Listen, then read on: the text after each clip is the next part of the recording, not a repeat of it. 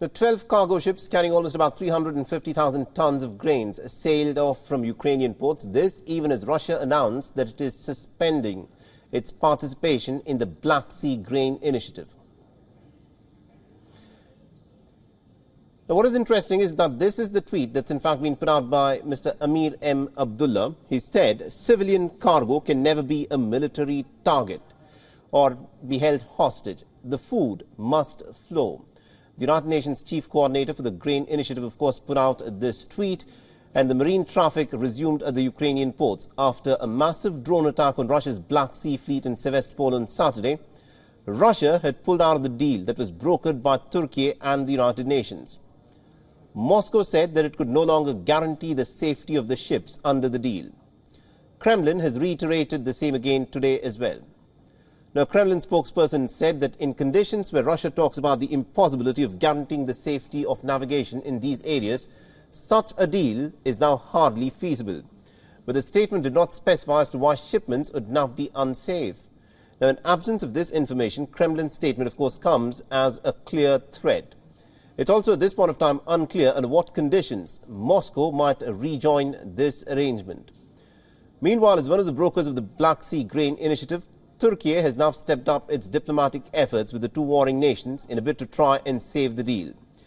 The Turkish President Recep Tayyip Erdogan has vowed to pursue these efforts to keep the agreement in force, despite Russia having clearly announced that it is now suspending the implementation of that deal.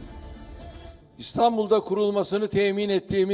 the joint mechanism that we established in Istanbul, we contributed to the relief of a global food crisis by providing 9.3 million tons of Ukrainian grain to the world. Even if Russia behaves hesitantly because it didn't receive the same benefits, we will continue decisively our efforts to serve humanity.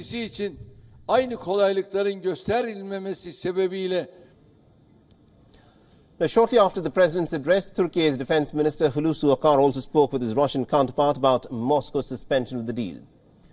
Meanwhile, the inspection of the grain ships under the initiative continued at Istanbul's port.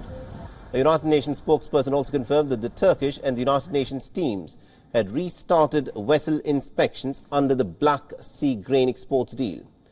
Now, the resumption of the grain exports indicates that Russia is not going back to a complete blockade of the Ukrainian ports, and this may avert an immediate threat to global food crisis. But shipments could be interrupted again if the insurers stop underwriting them.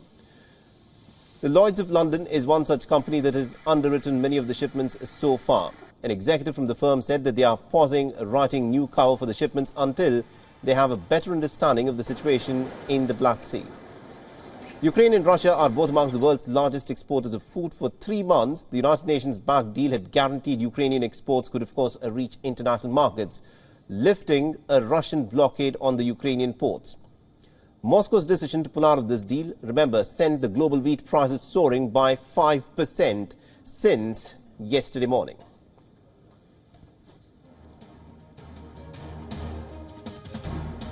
WION is now available in your country. Download the app now and get all the news on the move.